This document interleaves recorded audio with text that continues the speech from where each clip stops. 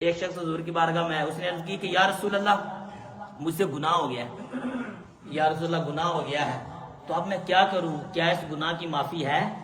کیا یہ گناہ معاف ہو سکتا ہے؟ آپ نے فرمایا کہ اے شخص یہ بتا کہ کیا حل لکا من امن، کیا تیری ماں زندہ ہے؟ اس نے عرض کی نہیں یا رسول اللہ میری ماں تو زندہ نہیں ہے۔ فرمایا چلو یہ بتاؤ کہ حل لکا من خالۃ، کیا تیری خالہ زندہ ہے؟ اس نے کہا ہاں میری خالہ زندہ ہے۔ فرمایا جاؤ بر رہا، اپنی خالہ کے ساتھ نیکی کرو تمہارے گناہ معاف ہو جائیں۔ یعنی کہ اسی لیے حدیث شریف میں الخالۃ بمنزلۃ الام، یہ بھی حدیث شریف ہے۔ فرمایا کہ خالہ ماں کے درجے میں ہے، تو اگر کسی کی والدہ کا انتقال ہو گیا ہے تو وہ اپنی خالہ سے اس نے اخلاق سے پیش ہے۔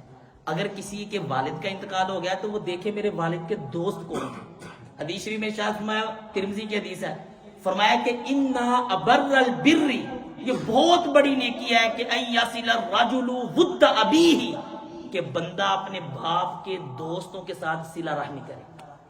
باپ کے جو دوست ہیں سارے دوست نہ مر جاتے، اگر وہ باپ کی روح کو خوش کرنا چاہتا ہے تو باپ کے دوستوں کو ڈھونڈے، ان کو کھانا کھلائے، ان کے ساتھ تمیز سے بات کرے، ان کے ساتھ حسن اخلاق سے پیش ہے، باپ کی روح خوش ہوگی۔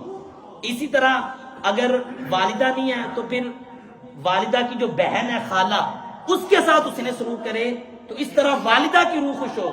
اور اگر خود والدین موجود ہے پھر تو مزے کی بات ہے، پھر تو لطف کی بات ہے، پھر ان کے ساتھ اس نے اخلاق سے پیش آنا چاہیے۔